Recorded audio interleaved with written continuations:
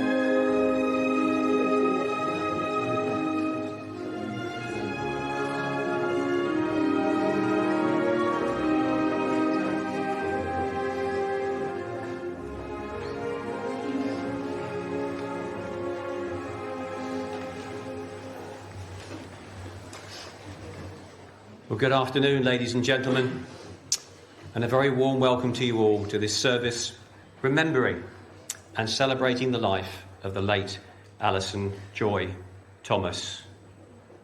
My word, doesn't this just tell you everything? Ali was a much-loved wife to Rob, mum to Sophia, and stepmum to Millie, and a cherished daughter to Norman and her late mum, Yvonne. On behalf of the family, I would like to thank you all for coming here today to celebrate Ali's life and for all the kind messages and cards received. It has been of great comfort to them to learn of the esteem and the affection in which she was held. Welcome also to all those unable to be here who we know are watching via live streaming over the internet, including those we know who are watching from the other side of the world. The family would be delighted if you were able to join them for refreshments after the service at the Grand Cafe, Southwestern House, the address of which, for those who don't know it, is on your order of service.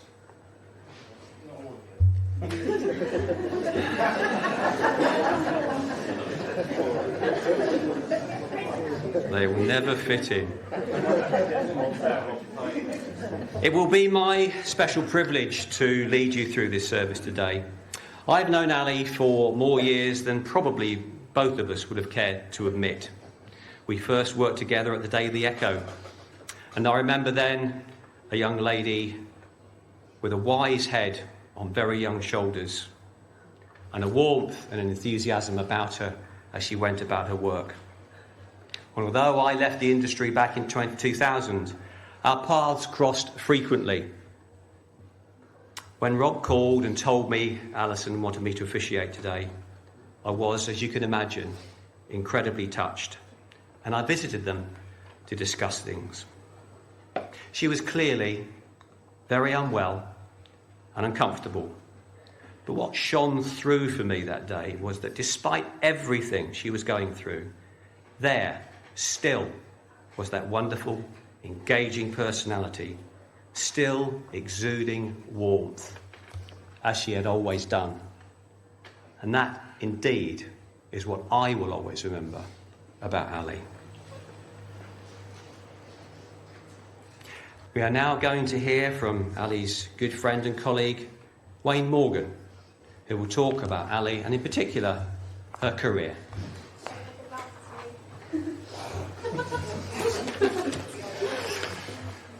Well, she stitched me right up.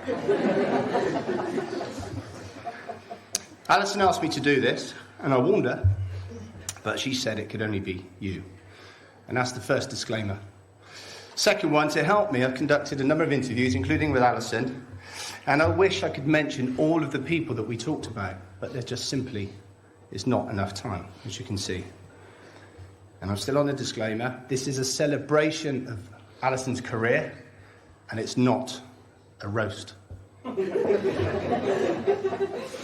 First and foremost, Alison and I are mates and a little bit family. She's a godmother to my firstborn, and for the majority of the 23 years that we've known each other, we've been friends. But we did meet at work. Norm, I can cut you out of this if you like. Throughout Alison's career, she got to know so many people. So for me, I was honoured, and she was very brave when she asked me to share all of this with you at her thingamabob.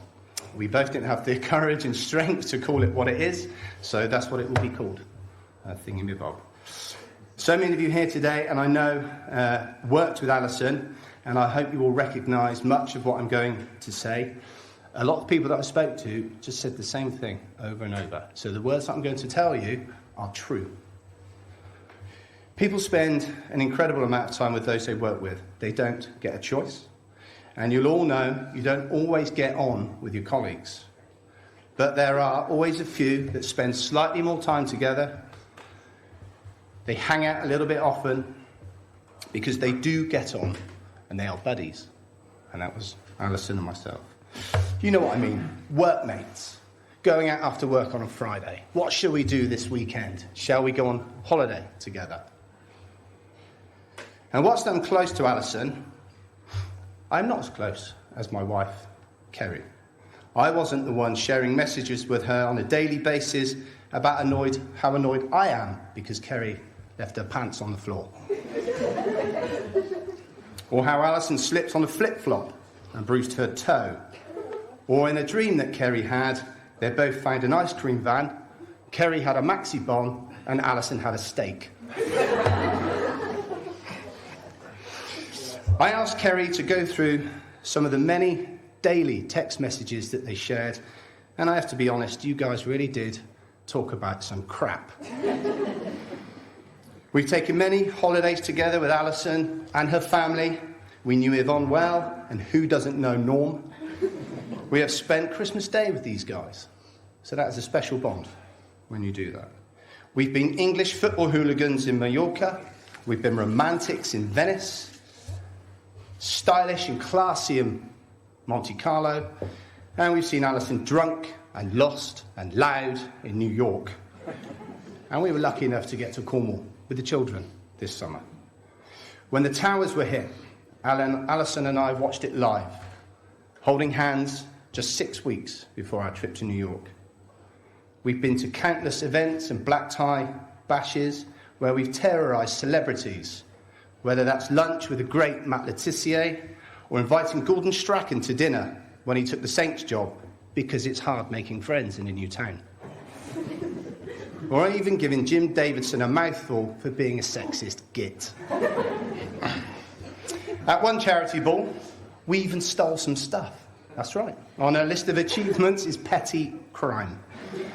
We took some Christmas decorations from the tree, which we have put up every year since we took them, and those decorations have just become priceless to us. We grew up, then we got married. Not Alison and I, sorry. We got married. And we started families. The list goes on. It really does. And none of this would have happened if I'd not met Alison at work. And what a force she was at her job. I have seen this firsthand, and when speaking to her previous bosses and her colleagues, I heard such things as unique and skilled, professional, upbeat, caring, a can-do attitude, a natural leader, never beaten, hitting targets, exceeding targets, always smiling, and can get the best out of people. These are all true. These are not exaggerated just because this is her thingamabob. The short of it is, Alison made an impact on tens of thousands of people's lives, and many of them didn't even know it. As I started to research this for Alison, it became apparent very quickly that it wasn't going to focus on a timeline of her roles and responsibilities. It was always going to be about people. Alison's job always focused on people. The people that worked for her, the people that Alison worked for, and the people in the communities that she served. Before I get into Alison's contribution to that, let me just set the scene about the sector that we were lucky to work in, community news media. The role of your local newspaper is to support people. One part is gathering of news to keep local people informed, driven by smart journalism that ensures our freedoms are maintained, holding those people with power and influence over us to account. The press is a critical defence mechanisms of the freedoms that we enjoy, and any truly free society needs free speech and a free press. The other half of this is about bringing people together. And this is the element where Alison put in an incredible shift, selling, managing and delivering advertising for local businesses and local people. And she loved it. In support of her skills was her personality, a welcoming and always smiling nature that enabled her to engage with her customers, empower the people that looked to her for leadership, and deliver all the objectives that were required of her by the business. As I whiz you through her 30-year journey, don't worry, it's a whiz, it will be evidently apparent how deft Alison was at this. Advertising to many people is just someone trying to sell you stuff. That is not accurate. Most of the things in your life have been introduced to you through advertising. The clothes you wear, the phones you use, the jobs that you do, the cars that you drive, the houses you live in, and for some of you, the partners you fell in love with. Things have changed over Alison's career in regard to how people are exposed to advertising with the growth of the internet, and she was part of that pioneering change. Her very first real job in 1992, that makes her about 19 years old, was a telead at the Southampton Daily Echo where Yvonne worked as a receptionist. Teleads is where a lot of advertising and media professionals learn their trade, and it took about 6 months for Alison to get bored of that and realise that she could offer a lot more.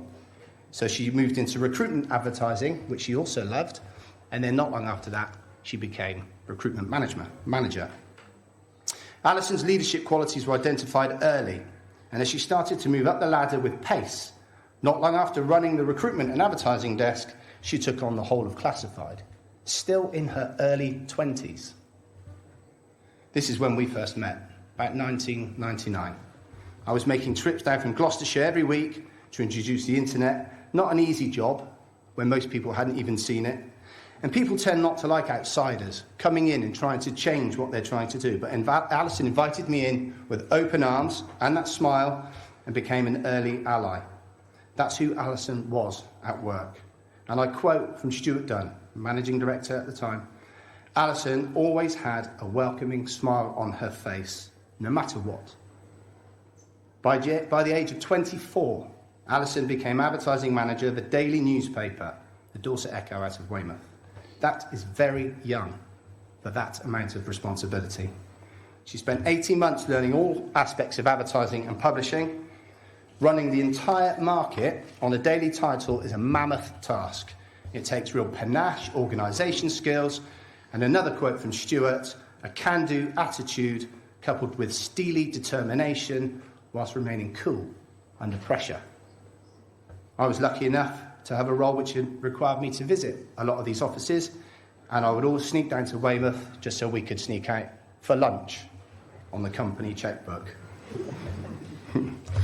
But Alison loved Southampton, and after 18 months of commuting to and from Weymouth, she really wanted to return to Southampton Daily Echo, and they allowed her to do that as display manager.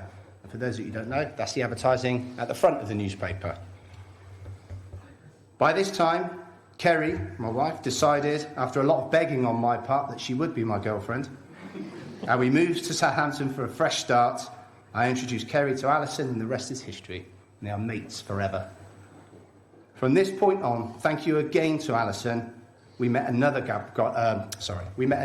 godparent, Steve, which she referred to in my interview as a sweary swearerson. Alison initially said I should leave that out because Steve's mum might be there, but changed her mind, as Steve's mum knows, and I quote, "She knows what she's produced." Sorry, mate. Alison and Steve hooked up at work, which apparently was a hobby of Alison's.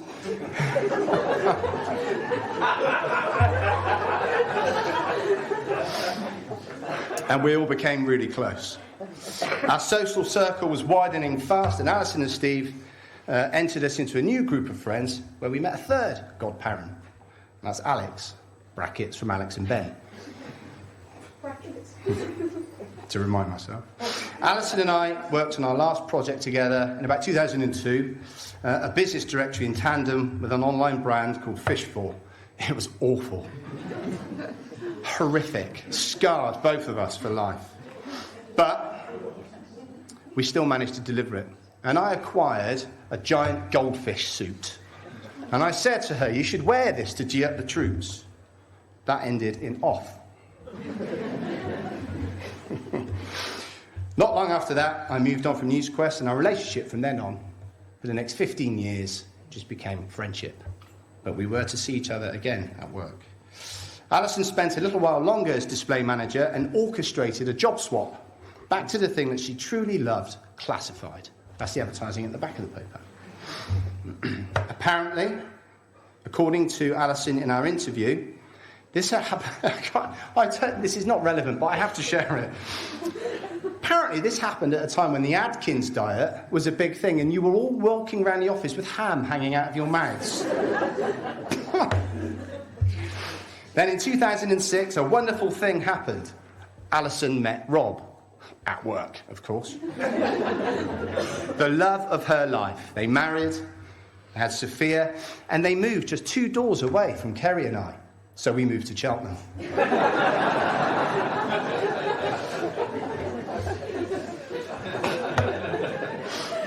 When you settle down and have kids, it's lucky if your mates have kids at a similar time and at a similar age. And we're lucky that they are the same sex. And my daughter Florence and Sophia, they get on so well. And I'm so grateful for that. And just after Alison's passing, just after, we received a phone call, or Florence did, from Sophia. And if they have half the fun that we have had, they will be lucky. If they can remember some of it, that would be good. Rob is a good friend. He is a great husband to Alison, a wonderful father to Sophia and Millie. He's also a huge rugby fan, like myself, and he and I will be watching our 2 home teams, Bristol Bears and the Scarlets battle it out in the Cup on the 11th of December. And Rob is someone else that we have met because of Alison. Alison remained classified manager at the Echo all the way until 2016, when she then received a call from her friend Carol at the New Milton Advertiser and Lymington Times. They wanted to have a chat about the possibility of Alison becoming the ad manager. And as you've all heard, she has the skills and the experience. Initially, Alison felt that she loved her job as it was. She was, after all, a working mum. But it never hurts to talk, and upon meeting Eddie Curry, the managing director, she was offered and took the job. Eddie said to me, Alison was the most important person in the entire business in the last 5 years. She brought with her a can-do attitude and the ability to get the most out of people. Eddie also went on to tell me that Alison was also good at managing him, which basically means she ran the place. Alison and I were then thrown back together after all that time, and she called me in to see if I'd be interested in getting the Advertiser and Times up onto the internet. I accepted, and the dream team were back on. We worked with then the news editor Ben, a brilliant and highly talented journalist who is now the editor. Alison's teams at the Echo and the Advertiser and Times all loved her. They looked up to her, she had their backs, they had hers, and it's a rare thing to see in the cutthroat world of corporate, personal ambition. Alison then helped Eddie prepare the newspaper for sale to Iliffe newspaper group, all happening whilst Alison had started her fight and her battle with cancer. The Monday after the sale went through, she got a call from Iliffe. They wanted her to stay on and run the advertising team for them. Iliffe were aware of Alison's circumstances and suggested to her that she could work and put whatever effort in she was able. Just 20% of Alison's time running your ad sales team is worth 100% in output. James Harris, head of commercial, Iliff newspaper, said to me recently, Alison's positivity was stunning. There was never a hill too high, and she's a natural leader. Always delivered what needed delivering, and that Alison would message him while sat in the recovery room after receiving chemo to make sure that the paper got off and is there anything that she could do. James went on to tell me that Alison always gets the most out of people. They cannot all be wrong. Over the last 12 months, during this pandemic, the Advertiser and Times has hit every target and is the best performer in the group. It takes a team to deliver that, but a team has to be built and inspired to achieve again and again. Alison did that, and she's always done that. I have lost my friend far too early, and the publishing industry and the communities that they serve have lost an inspirational, honest, and truly skilled leader too early. But Alison's career achievements and the armfuls of awards that she has won can be celebrated. She loved it, and I think it's wholly appropriate that it's applauded.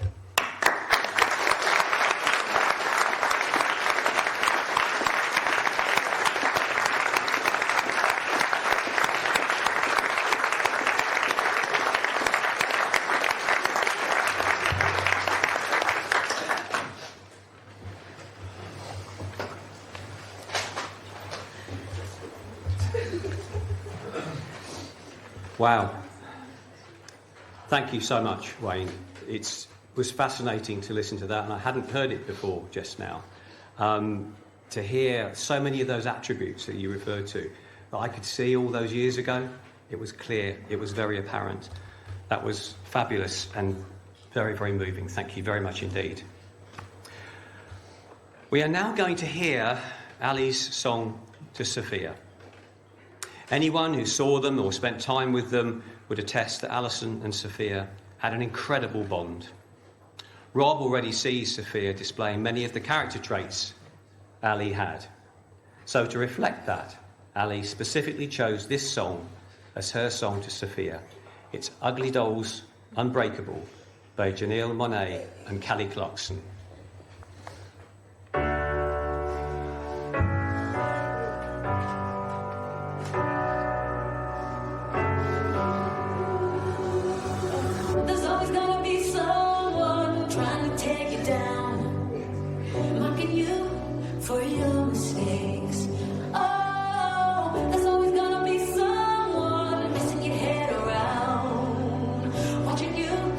See you break so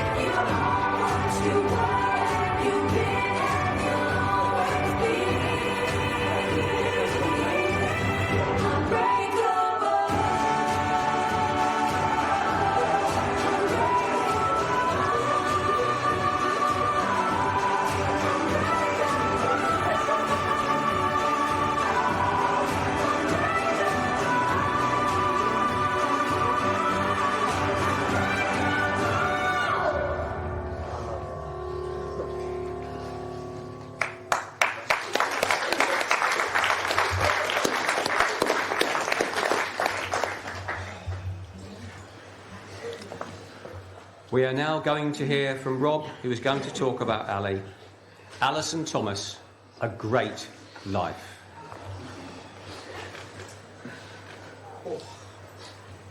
Right. Follow that. That'll easy, wouldn't it? Oh, right. Bloody hell, there's a lot of people. So where do I start? Without doubt, the toughest thing I've ever had to do. I'm hoping to do her proud.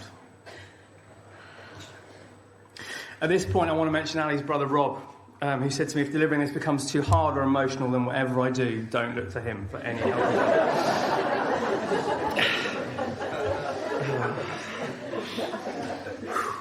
So my aim isn't just to talk about the woman I love and admire, but to talk about the person, her character, her relationships. And for that, I'm deeply, deeply humbled and appreciative of all the words that have already been said and written about her, some of which I'll use today. When she told me I was giving this eulogy, she did it with a glint in her eye. My initial response was, it's a tough ask. She said, I'll do a great job. And then flashing me that smile said, it'll be a good test for you. So let me talk about the ceremony today. It will come as no surprise to anyone that she planned it. The flowers, her choice. The coffin, her choice. The songs, apart from one, which is on me, her choice. Ali did this for two reasons. Firstly, to ease the burden on her loved ones, and also because she knew none of us would do it as well as her. Of course, she's right. She excelled at many, many things, but organisation and getting it right would have to be towards the top of that list. And boy, did she love her list. When we sat with Mike, Ali was really unwell and pretty tired. She asked me to cover any questions that Mike had. So as customary, Mike opened his A4 notebook, fresh sheet of paper, and promptly ran through his standard list of questions for people in our situation. I answered all of them with a version of, yeah, that's done, that's covered, yeah, we thought of that, yeah, Alison's arranged that, yeah, that's done. And that was Ali. She just knew what would be right. And poor Mike said, I've got to write something in my book. So he left writing my email really big. The tributes that have been written in both the Southern Daily Echo and the Advertiser and Times capture her brilliantly. And whilst her life was too short,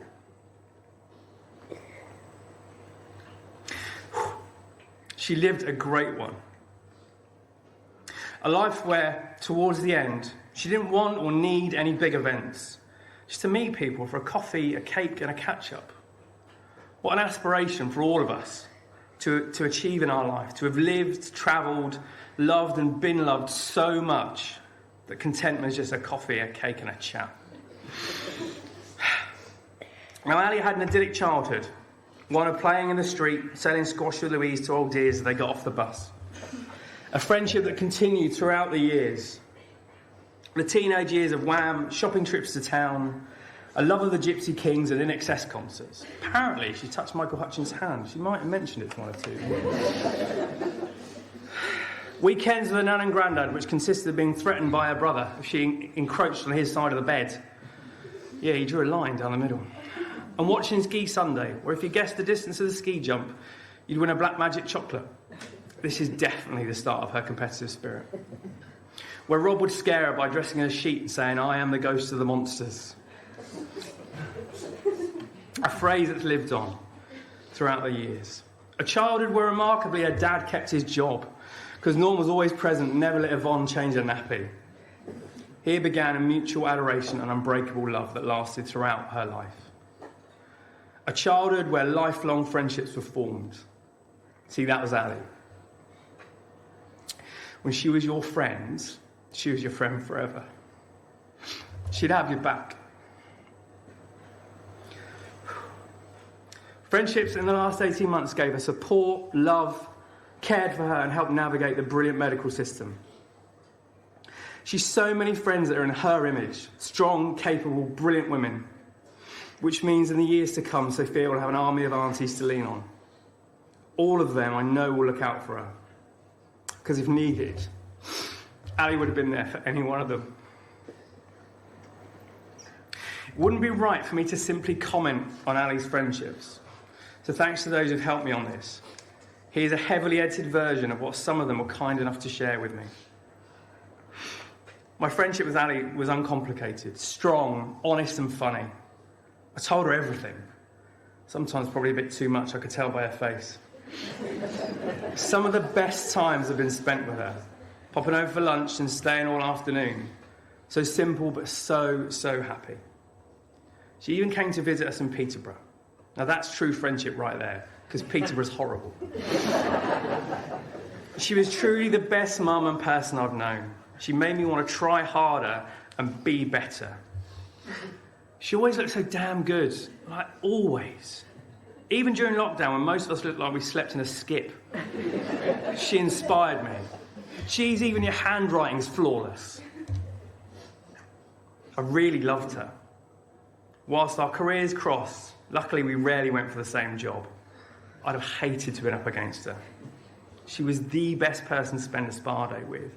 And luckily over the years we'd had a few. I remember how she was when Rob and her started dating. She was different, and I told her, you'll marry this guy. She didn't say a word, but she did give me the biggest smile. The way you've coped for the last 18 months has been amazing. You've given us all a lesson in how to handle the most horrific of situations. You're an inspiration. You always were. Ali was the best of things.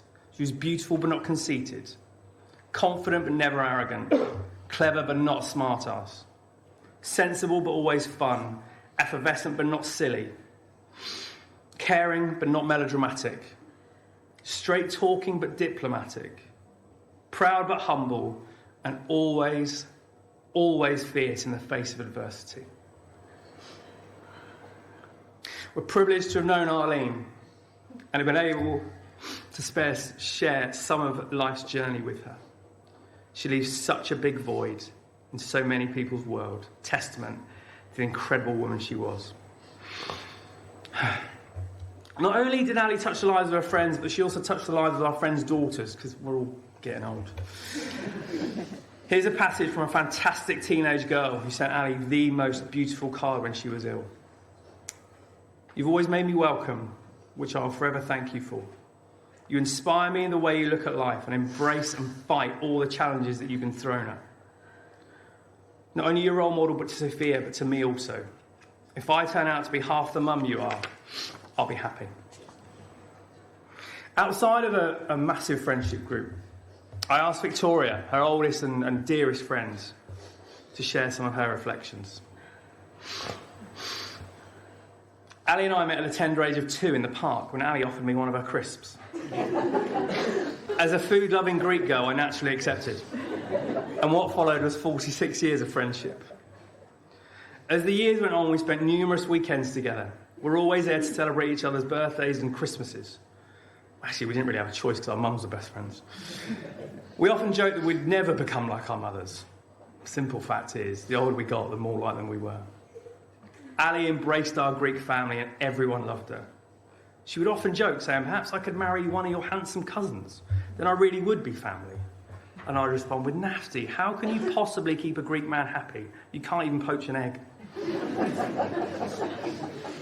Ali moved in with me 18 months before meeting Rob. At the time, we were both single, and Ali was convinced the best way to combat this was to get a dog and walk it around the common. Her logic was boys would stop and talk to us if we had a dog. Thankfully, we didn't have to resort to such desperate measures. Once Rob entered into Ali's life, she swapped our nights together eating Tunnock's tea cakes and listening to Mellow Magic for dinner in her room and talking and laughing with Rob. Well, that's what she told me they were doing.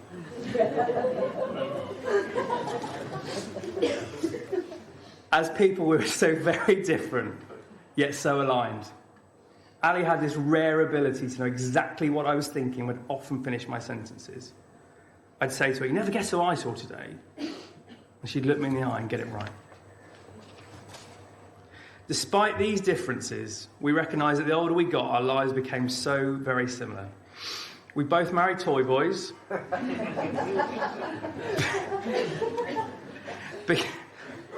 became mothers later on in life, chose to only have one child, both giving birth to beautiful daughters in Sophia and Sienna Maria. A brilliant third generation of friendship shared between our families.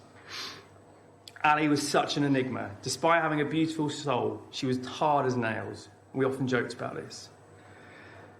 Being a person who wears their heart on their sleeve, I'd often tell her how much I loved her.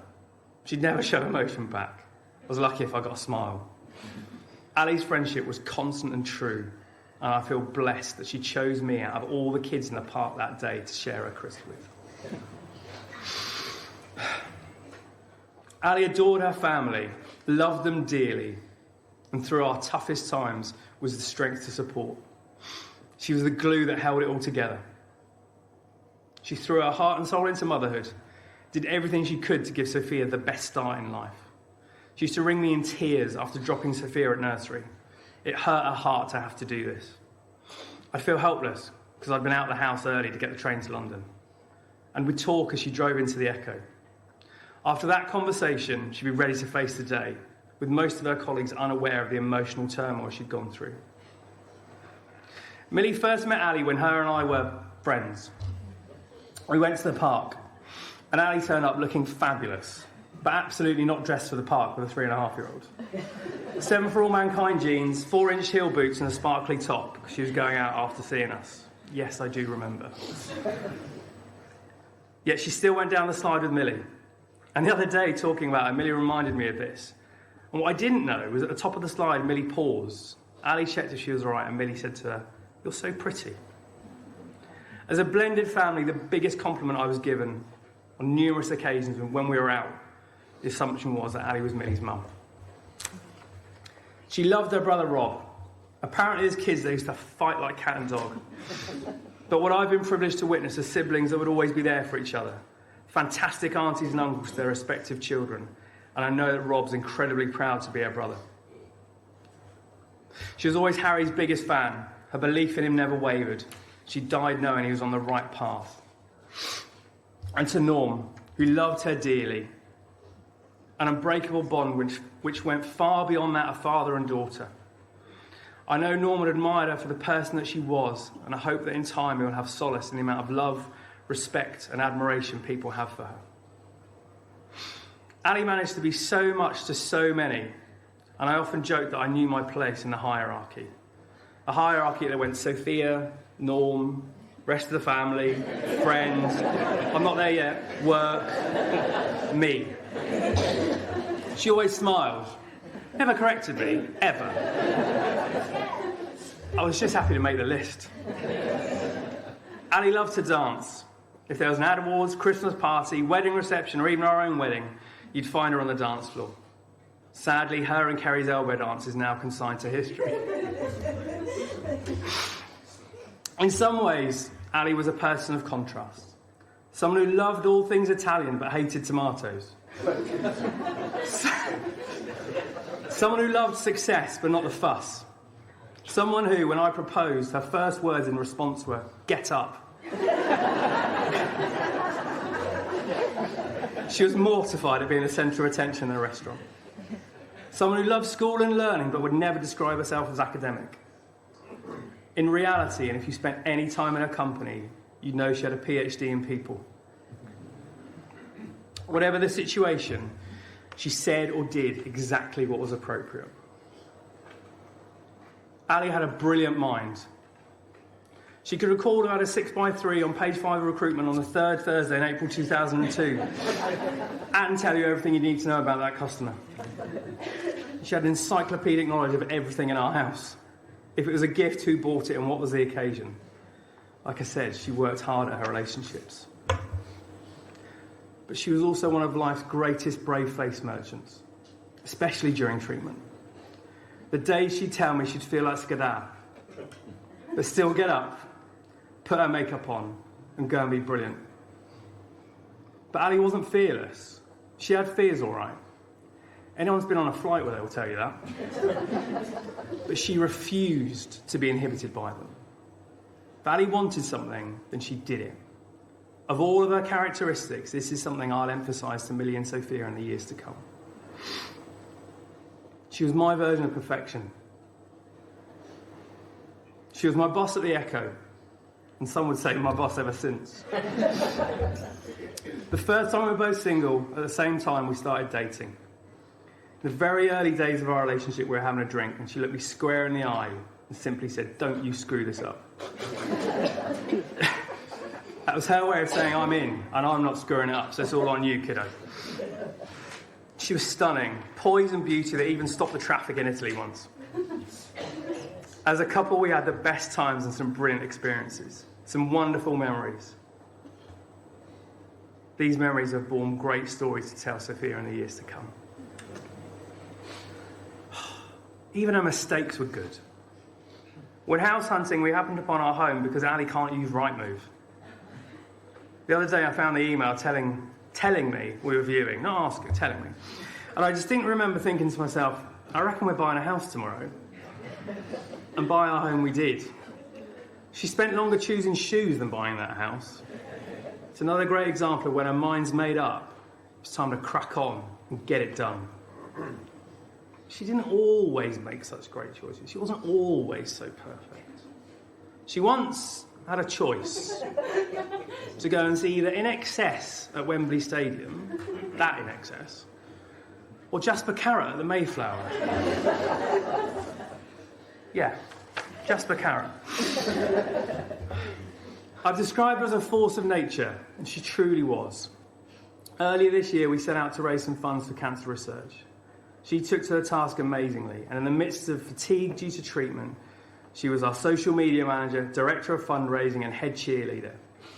Most people would have taken to their beds. But Ali's not most people.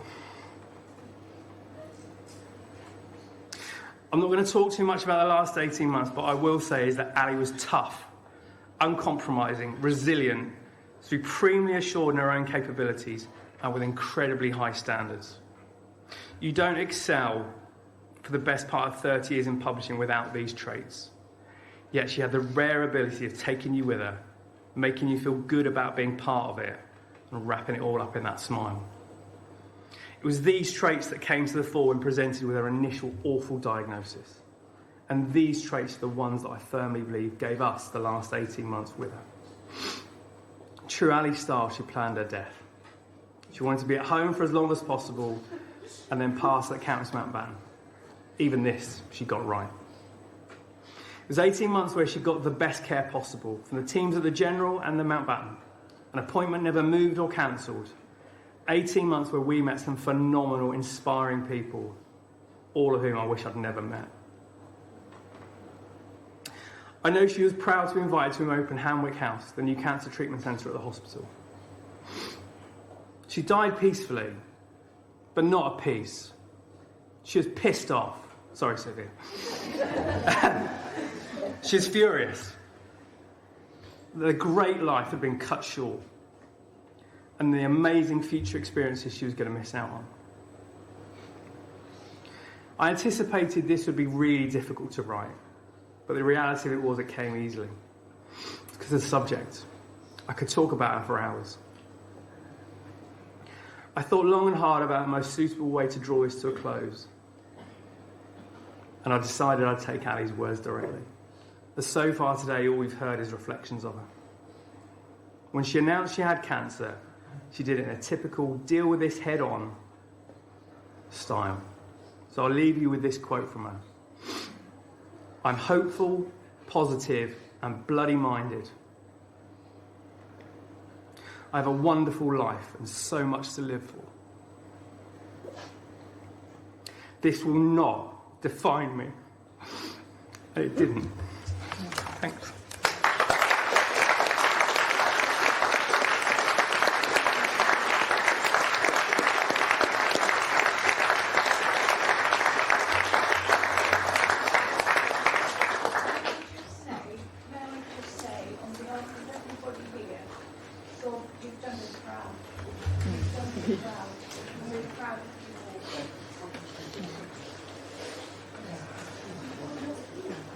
Come on. That's okay. Go for it. Hang on. Well, stand up. Firstly, I would like to say thank you everyone for coming to my mummy's funeral. And when my dad said during his speech that she stopped traffic in Italy, it's true. Right, come on. Once again, thank you very much for celebrating this day with us of my mummy's life.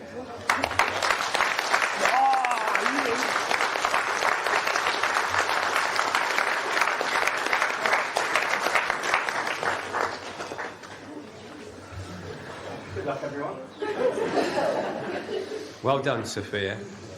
And Rob, thank you again. I said to Rob just before the service started, if you're struggling and you can't get through this, I'm here, just give me your notes. And he said, I won't need you. And he was right. Ali would have been very proud. We are now going to hear two beautiful songs as we watch a wonderful visual tribute to Ali. Everything was Ali and Rob's wedding song, and You've Got the Love, the Love even, is a song that meant a lot to Ali.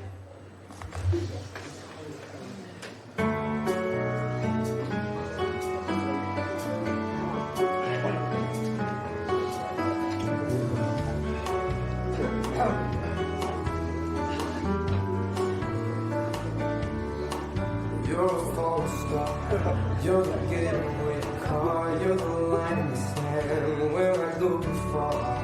You're the swimming pool on a nice day, and you're the perfect thing to say. And you play it cold, but it's kinda cute. Oh, when you smile at me, you know exactly what you do. Baby, don't pretend that you don't know it's true, 'cause you can see the girl I look at you. And in this crazy life, and through these crazy times, it's you. You make me sing your every line, your every word, your everything.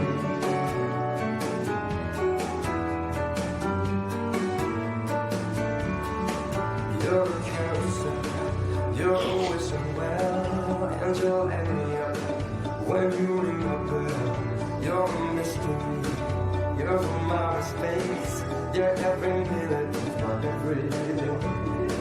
And I can't believe that I'm your man, and I get to kiss you, baby, just because I can. Whatever comes our way, I will see it through, and you know that's what all love can do.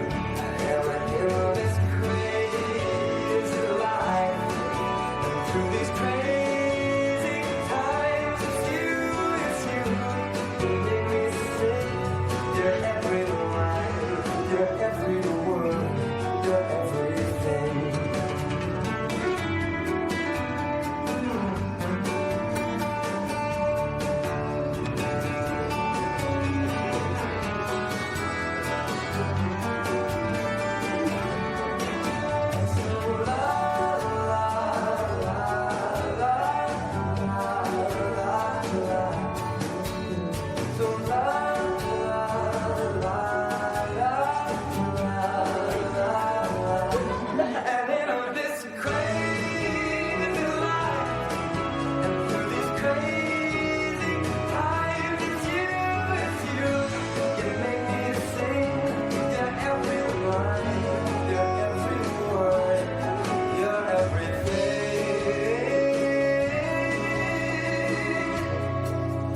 Every song,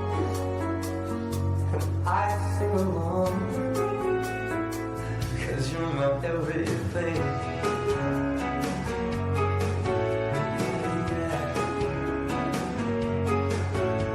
So la la la la la la.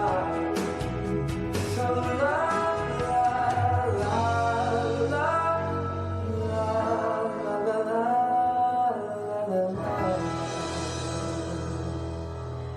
Sometimes I feel like throwing my hands up in the air. I know I can count on you. Sometimes I feel like saying, Lord, I just don't care. But you've got the love I need to see me through.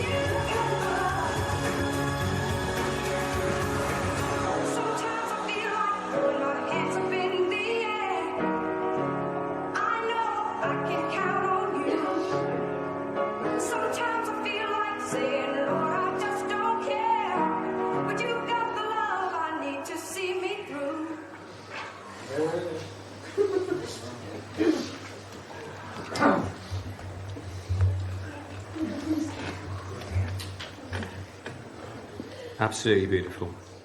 Now, ladies and gentlemen, could I ask, please, all of you who are able to stand, please, as we commit the body of Ali to be cremated. Now is but a moment in time, and I dedicate these next few moments to every single precious memory associated with Ali. Wonderful memories of the lady and of the happy times she shared with her family and with her friends. To everything there is a season and a time to every purpose on earth. A time to be born and a time to die. Here, in this last act, in sorrow, but without fear, in love and appreciation, we commit the body of Ali to be cremated.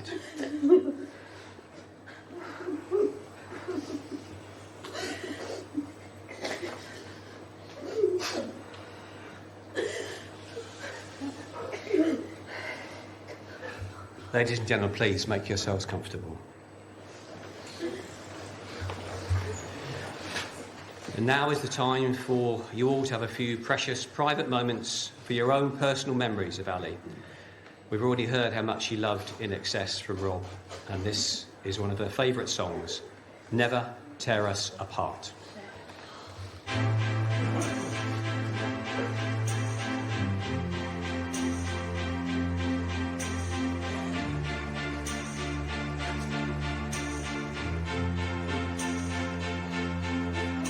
Don't ask me what you know is true. Don't have to tell you I love your precious heart. I was standing, you were there, two worlds collided, and baby, never tear us apart.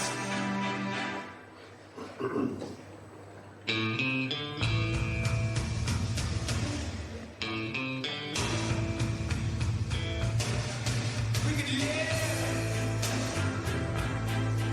for 1,000 years if I hurt you. I make wine from your tears. I told you if we could fly, 'cause we all have wings. But some of us don't know why. I was standing, you were there, two worlds collided, and they could never tear us apart.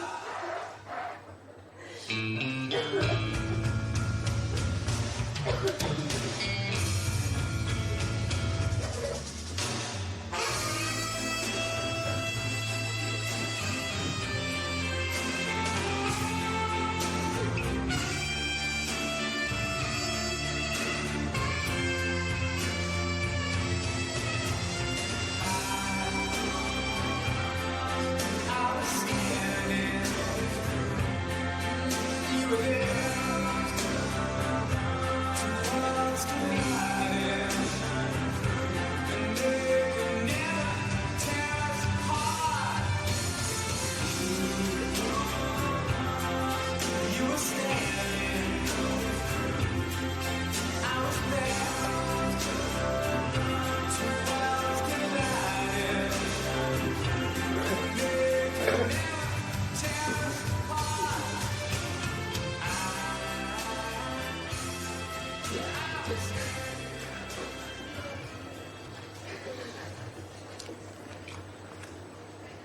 Ladies and gentlemen, today we have gathered here to pay our last respects and to celebrate Ali's life. We never forget our loved ones, and as we go through life, there are moments when something happens to remind us. Perhaps it's a song or a piece of music. Perhaps something happens and it triggers and reminds you of a special, precious memory. For they may have left us, but they will never be forgotten. Ali was a very special person, and the world is undoubtedly a much poorer place without her. But you, all of you, are so much richer for having known and having loved her. This short poem encapsulates those feelings. Feel no guilt in laughter, she'd know how much you care. Feel no sorrow in a smile that she is not here to share. You cannot grieve forever, she would not want you to. She'd hope that you could carry on the way you always do. So, talk about the good times and the way you showed you cared, the days you spent together and all the happiness that you shared. Let memories surround you. A word someone may say will suddenly recapture an hour, a time, a day. That brings her back as clearly as though she was still here and fills you with the feeling that she is always near. For if you keep those moments, you will never be apart, and she will live forever, locked safely within your heart. Ali was much loved by her family and her friends, and she showed her love and her concern for others by always offering her support. She was active, generous, kind-hearted, and her engaging personality and warmth lit up wherever she was. She led a good and a happy life, surrounded by her family and her many friends. Do not be sad that she has gone, but rather be glad that she was here. From everything you have heard here today and everything we all know, there is no doubt Ali made the world a better place. Ladies and gentlemen, thank you, all of you, for coming here today to remember Ali and celebrate her life. We are now going to finish and exit the chapel with another of her favourite songs, Love is in the Air by John Paul Young.